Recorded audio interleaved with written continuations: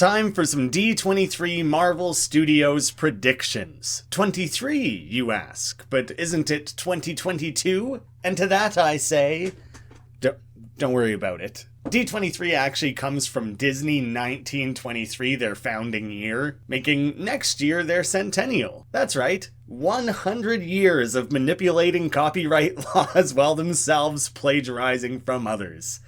What a legacy. Obviously, first thing, Marvel is going to reveal the Ralph Bohner solo trilogy. Ralph Bohner Origins, Ralph Bohner Forever, and Ralph Bohner Ménage à Trois. That's not a prediction, that's a future fact. It'll revolutionize cinema. Really though, my plan here was to live stream my reactions to the event, but the summer's almost over and an old friend asked me to go golfing. So despite a complete lack of skill in the sport that sounded like a very fun way to spend my day, I'll try and dunk a few touchdowns while I'm out there, dedicated to you guys. This is a very last minute video, so I'll keep things short. Yes, this is short for me. If you want longer form comic book movie related content, you can watch like 12 hours of video reviews that I've already done. Marvel likes to stake out dates for their movies way ahead of time to signal to every other studio that they better stay away. They can back down almost any other studio by doing this, except for Movie of the Year, Paws of Fury, the children's remake of an adult comedy that changed titles, studios, and dates over and over because they knew the world wasn't currently stable enough to handle it at any other time or in any other form. Hank was too powerful to stop. Now, despite just announcing enough shows and movies at San Diego Comic-Con to fill multiple phases, they still have 7 dated but unannounced movie slots coming up, with 4 of those taking place after Secret Wars. I doubt they'll want to undercut that double whammy Avengers event by announcing those too soon, but when so many of these movies feel guaranteed to happen, it's not going to spoil things that directly. Like, we know they're going to make Eternals 2 at this point. It doesn't matter how many of the team members live through Secret Wars, that's still happening, can easily come after that event film, and it doesn't really harm anything to set a date for it. And it's not like they risk revealing all that much when dead characters are already getting TV shows and movies, so what does it matter? Likely they'll announce everything all at once to overwhelm our brains into a maximum state of FOMO that leads to me direct depositing paychecks into Disney's bank account in exchange for tickets and subscriptions to everything for all time. There are some upcoming projects that are guaranteed. They've been confirmed in some capacity. We know Deadpool 3, Shang-Chi 2, and Eternals 2 are all in the works. Also a Mutants or X-Men project is upcoming. And there's Spider-Man 4, but setting a date for that will be up to Sony instead. There are many others that are highly likely. The list of speculated projects here is very long. These include sequels like Doctor Strange 3 and Thor 5. World War Hulk is possible, which may be Bruce's last hurrah. Fans are anticipating a solo turn for Scarlet Witch, which would mean Multiverse of Madness simultaneously established that one heavy stone can kill a superhero, but an entire mountain cannot. They better all keep that in mind in case Dwayne ever snaps and becomes a villain. Then there's the maybe sorta kinda probably likely to potentially occur someday perhaps. These include other sort of upcoming characters like Black Knight and Ghost Rider, who's seeming very likely, although the former will first appear in his second backseat role via Blade, and the latter feels pretty far off, with rumors just kind of vaguely circulating. And if they maybe want to start having some non-Avengers event films, Young Avengers and Midnight Suns both seem like good candidates. Maybe they'll make Doctor Strange 3 a team-up?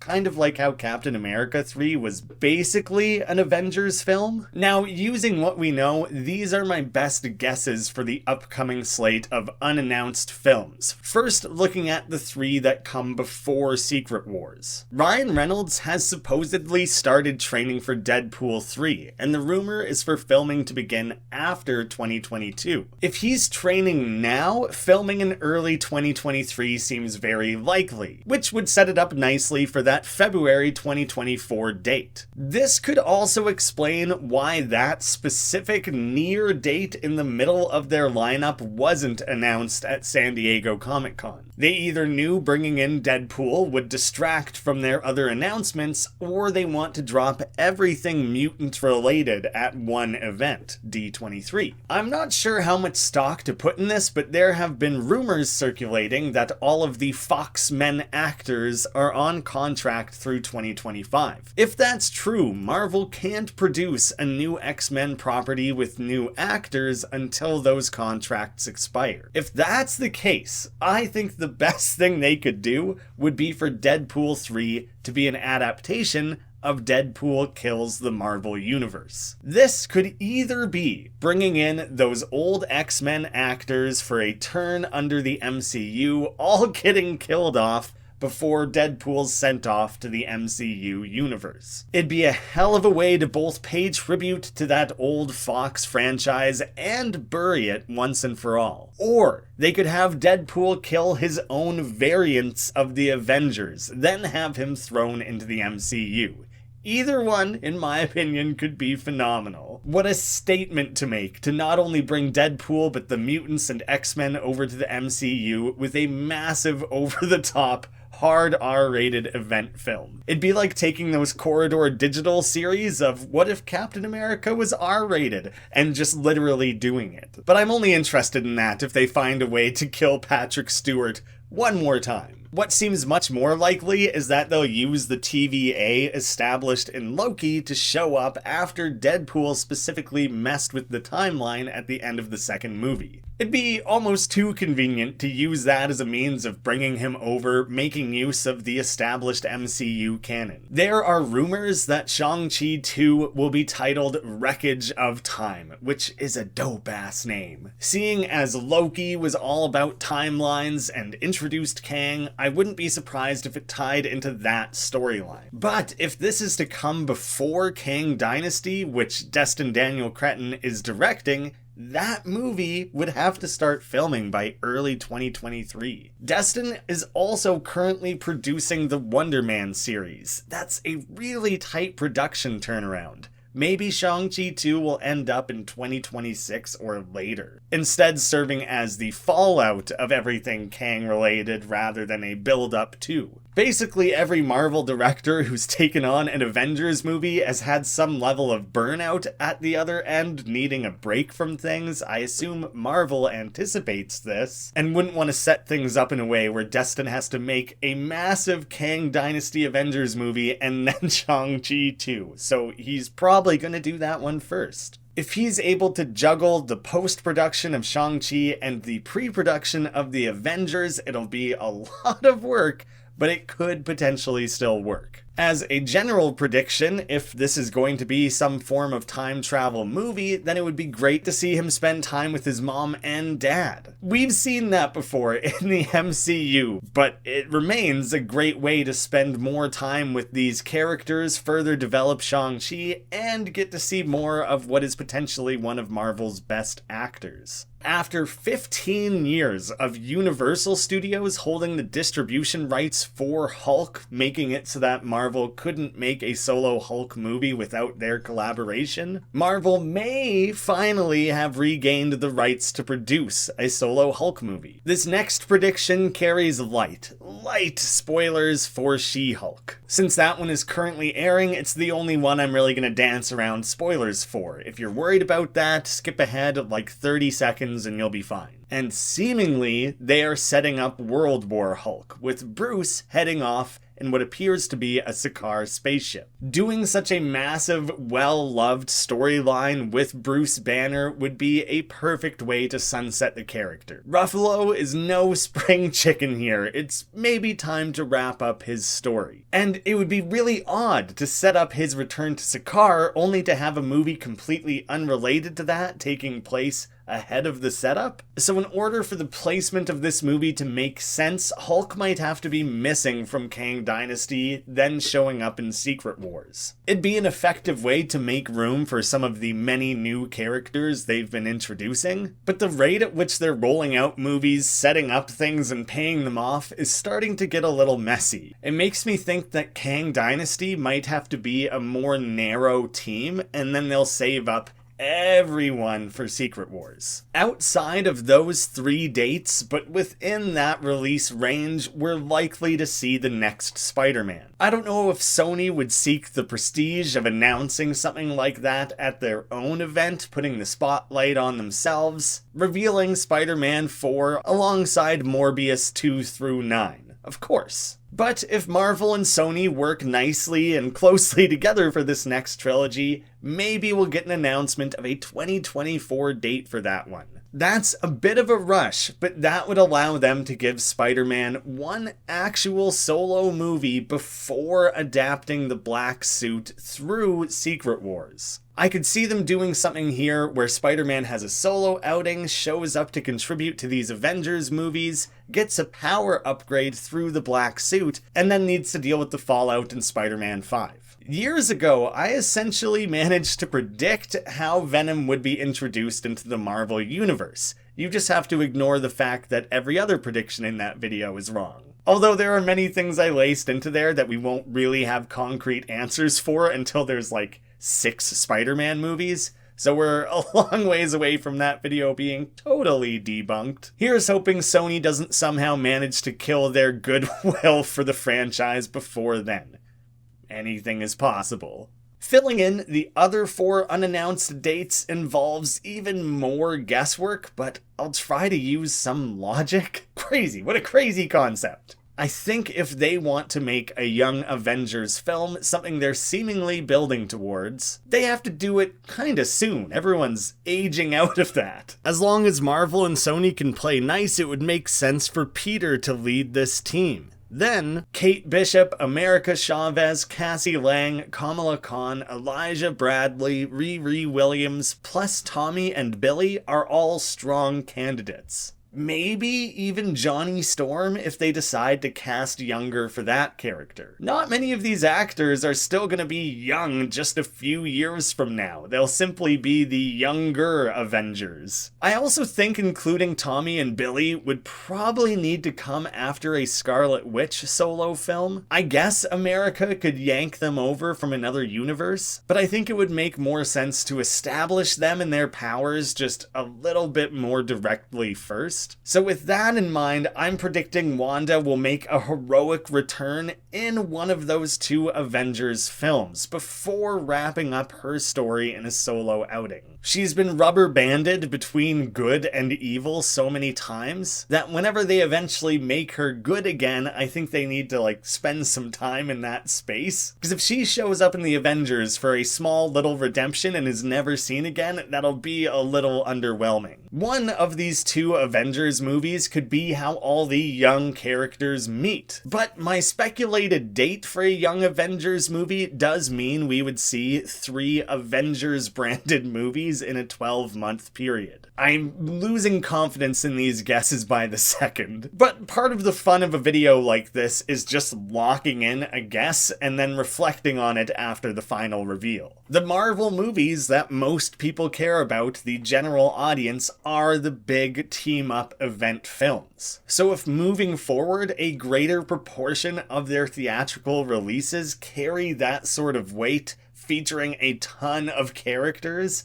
that's how they're gonna make all the money. So it wouldn't be so crazy to have those so close together. So many of the setups from Phase 4 are going to have to wait, and aren't likely to come into play for years. We now have this established beef between Hercules and Thor, and we're unlikely to squeeze Thor 5 in before the new Avengers films, so they'll either be stuck paying that off as a B story during the Avengers films, or they're gonna have to wait. And I'd rather they wait. Everything's gonna feel really rushed if you start layering all that in. Same thing with World War Hulk. They could tie that into Kang Dynasty if they wanted, but considering how jerked around Hulk fans have been for the entire run of the MCU, that would just be another slap in the face. So I think something like Thor 5 will come after all this. It doesn't feel like the plot is all that time sensitive.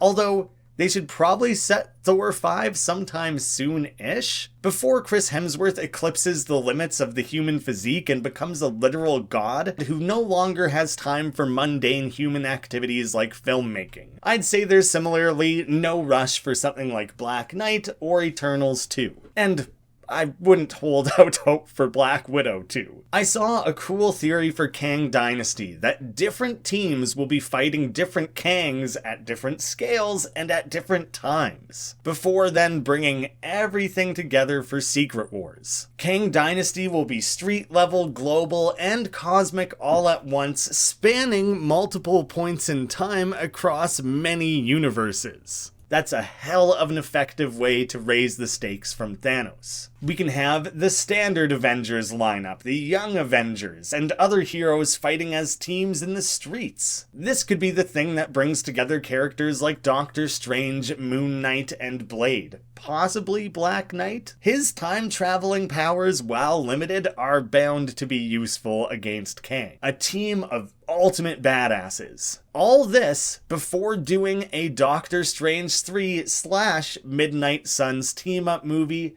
to wrap up the multiverse saga. Characters like Wong, Clea, and Werewolf by Night would also make sense here. I don't really know what else they would do with those three otherwise. Wanda is an option if she's reformed and still kicking around, and who knows, maybe Ghost Rider will be introduced by then. While obviously they've done much larger scale team-up movies, I think these sorts of things work best with about 5 or 6 characters. The first Avengers and Endgame are both around that scale. Infinity War has so many characters that they had to split them up all over the place. That's basically how I'm guessing Kang Dynasty would look. And when Age of Ultron added only just a few more characters and tried to keep it all to one storyline, it started to get a little rocky. The Guardians of the Galaxy is another great example of that size of team-up working well. So my prediction for a Midnight Suns lineup would be Strange, Wong, Blade, Moon Knight, Werewolf by Night,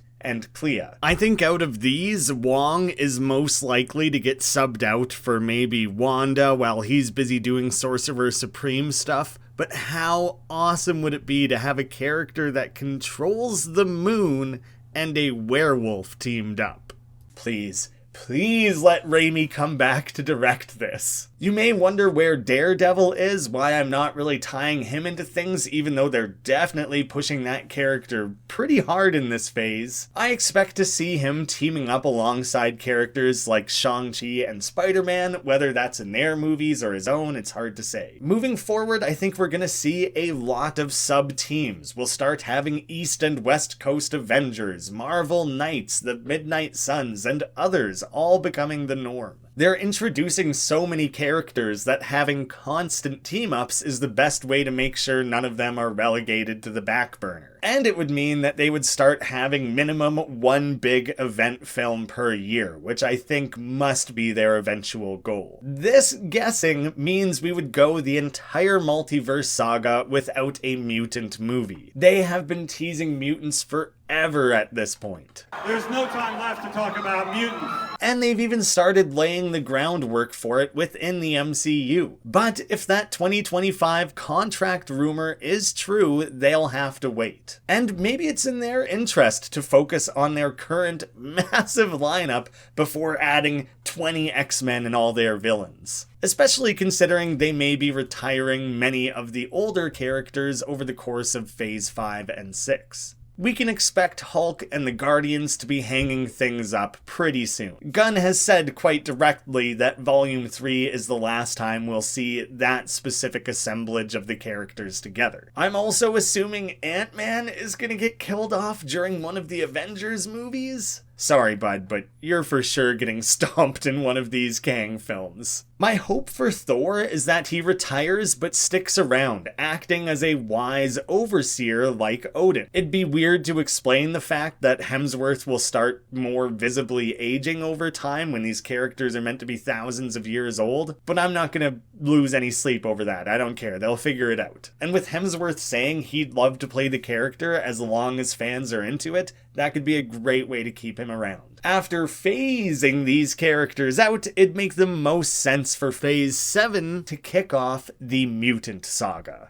Give those characters the full attention they deserve. It'd be a bummer not to see them in Secret Wars, but it would be way too rushed to try and get out some movies for them ahead of time. A very fan service heavy solution would be to make use of the old actors still on contract, making those 2 Avengers movies the cameo fest many thought Multiverse of Madness would be. If No Way Home taught studios anything, it's that nostalgic cameos make bank. The list of heroes and villains available for those movies without the mutants, especially if they bring in variants of characters like Tony and Steve and every non-MCU Marvel movie Disney now owns, means they really don't need a rebooted X-Men there. What I think we'll get, possibly within Phase 6, is a Mutants Disney Plus series. Give it about 10 episodes to assemble some of the team, explain how the mutants fit into the MCU, and give them something small to deal with. Then setting up an uncanny X-Men movie that will kick off Phase 7. Maybe something done during Kang Dynasty will unlock these latent abilities, similar to how it was done for Kamala, to then seed that TV series and start ramping up to things after the multiverse has concluded. Now, beyond the movies, I won't remotely attempt to date all the rumored TV shows, as the list is beyond insane at this point. They are making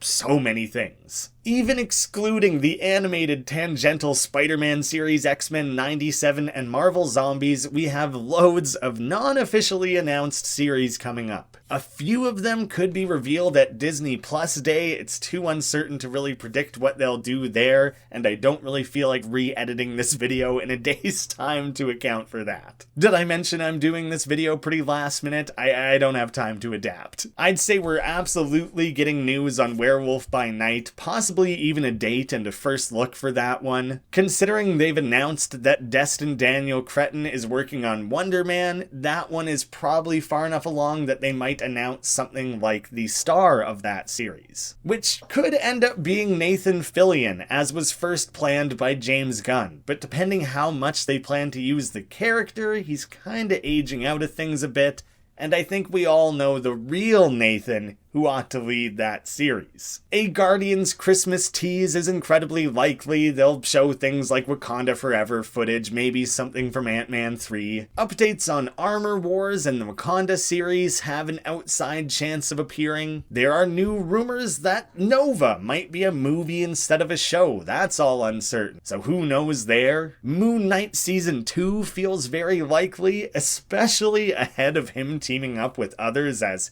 he clearly has some stuff to deal with first. Jia Ling and the Ten Rings are due to return, but assuming Destin will remain a producer, that's also likely a ways off. Guy's really doing a lot at Marvel right now. Considering how much they seemingly have to pay off still, if Marvel wants to go ham, properties like Black Knight or even Hercules could get the series treatment. Hell, maybe even Ghost Rider in the near future? A really unexpected but understandable move would be to make Young Avengers a series. With the pace Marvel is moving at these days, I could see them going that route to maximize the amount of time we get to spend with these characters, seeing them interact and grow together. You could either play that out across 3 Young Avengers movies or get it all out at once in one series. They better not though, because I already predicted a Young Avengers movie and I'll have to delete my channel if I get a single prediction wrong. I have no say. Them's the rules. I don't pretend to understand Brannigan's Law. I merely enforce it. One of the huge meta announcements people are expecting, rather than simply revealing titles and dates, are more details for Fantastic Four. It's been speculated that they'll bring in Matt Shakman to direct after his incredible work on WandaVision. The guy has loads of great shows to his name, including directing 43 episodes of It's Always Sunny. So our cast there is basically confirmed already, no need to guess. Nearly 5 years ago, I did an MCU Fantastic Four fancast video. I picked 2 casts, one young, one old, depending which age range they decided to go for. You can watch that video for all my relevant speculations and rationales, but my final lists were, first for the young team, Taron Egerton, Ansel Elgort, Samara Weaving, and Richard Madden. I no longer like my pick of Taron very much, even though I love the actor. Ansel Elgort is obviously out. Samara Weaving still has potential as her star is definitely still on the rise. And Madden is also obviously out. So, that fan cast didn't age well. I still have my older list. This was Kevin Durand, Scott Eastwood, Eliza Coupe, and Patrick Wilson. Nearly immediately following making that video, like I think it was in the scale of weeks or months, is when the John Krasinski and Emily Blunt fan casts really took off. Otherwise, I probably would have picked them. Having a real-life husband and wife seems really fun. I know 90 seconds of screen time that was likely green-screened in isn't much to go off of, but I'm not really sure I want John in the role anymore after that. And I'm now expecting them to cast actors in their 30s, ones who can stick around for a long time in this universe. And looking at that lineup, I do think Eliza and Scott were unexpected and maybe somewhat interesting different choices, but I don't really stand by them anymore. So instead, my picks here today would be as follows. Ben Grimm. This one was then and is now the hardest one to cast. He needs to be age appropriate to be Reed's best friend. He'd also have to have believable chemistry with that actor. I think he should have a voice and physicality to carry the CG character. I would have loved to have seen Alan Ritchson in the role. I think he's potentially aged out of it now, so I'll instead go with Ben Schnetzer. But like I said, that one was really tough for me. One that I think is a little far out, but fairly inspired, would be Shia LaBeouf. He had a bit of a weird run there, but he's really got himself straightened back out and is slowly re-entering the Hollywood sphere. If he's willing to attach himself to a major franchise again for potentially a decade or longer, I think he could be a really good fit for Ben Grimm. And there's still the likelihood that for any of these characters, they cast an actor we've never heard of before. Marvel does tend to do that. Johnny Storm. Johnny is weirdly more fun to fan cast than the other 3, I guess because there's no shortage of young cocky white guys in Hollywood to maybe play the role. I'm certain Zac Efron could do it, but he's never been my pick. I'd rather see him play something like Wonder Man. If they want to go younger, as I implied earlier, probably closer to Peter Parker in age, so we can see those two interact and kind of become like super friends, then I'd maybe go with Rudy Pankow. I think he could fit the role pretty well. Dacre Montgomery would be another outstanding choice. I basically just want to see more of that actor. But my top choice right now is Glenn Powell. This guy has been slowly on the rise for a while before really taking off this year. His arrogant turn as Hangman in Top Gun Maverick was basically an audition for Johnny Storm. So my vote is definitely for Glenn Powell. For Sue Storm, I actually wouldn't change my pick on this one. It's the only one I'm keeping. I really want to see Samara Weaving in that role. She is a star. At least 2017 Graham had like one good idea. The rumors are getting a lot spicier the closer we get to the actual event. I'm in the middle of editing this, and suddenly I'm seeing rumors that Jodie Comer might play Sue Storm. She's fantastic in Killing Eve. I'd be very interested to see more from her. That's an unexpected but pretty cool choice. Reed Richards is a tough one from the perspective that we've had a few actors so heavily rumored for it for a couple months now. Jamie Dornan and Penn Badgley have been thrown around so consistently, it feels like it's bound to be one of them. I think I like Jamie more for the character, but suspect they might go with the younger Badgley. But I think a much more interesting choice would be someone like Rahul Kohli. I'm rooting for that one, even though I think we're kinda unlikely to see it. And for Doctor Doom, I don't really want to see this character immediately, as seeing his rise before using him in a big event film like Secret Wars feels really important. I guess they could make a Doom movie, but I'd rather they save him at this point, for the same reason that I don't want things to be rushed, and they're just already rushing everything else. Keep the first Fantastic Four movie something smaller, and save Doom for a later saga. Let him be the big bad down the line. Yes, they could use him more than once, but just stick with Kang for now and do Doom later. I'll still lay down a fan cast just in case they end up going for this one. The obvious choice is Matt Berry. Am I devious? Yes, I think I am. But as the old saying goes, I didn't come here to make friends. I will accept nothing else. Really, I'm stumped on this one. The casting here is so important, and it's going to depend so heavily on the age range of the rest of the cast, whether or not they commit to bringing in a Romani actor. I like some of the unexpected choices I've seen, like Gilbert Costache and Jesus Castro, which, man, that name really carries a lot, doesn't it? But whereas for many other characters, they tend to go for unnamed actors to leave their mark, I think for something big like Doom, they're more likely to go for an established A-list actor. God, I wish they would have saved Mads Mikkelsen for this one. What I am predicting, however, is that if Doctor Doom and Doctor Strange are ever in a room together, someone's gonna call attention to their names. The same way that if Moon Knight and Black Knight are ever in a room together, someone's gonna talk about the round table or something. I don't know, they just keep making this same joke about, ooh, stupid names. I'm getting kind of sick of it. One more prediction I'll throw out there. I imagine they'll follow the Avengers precedent of hiring an internal director for Secret Wars. Ryan Coogler would be amazing. He's producing both that Wakanda series and Ironheart. So he's clearly not done with Marvel and doesn't seem to have other directorial projects lined up.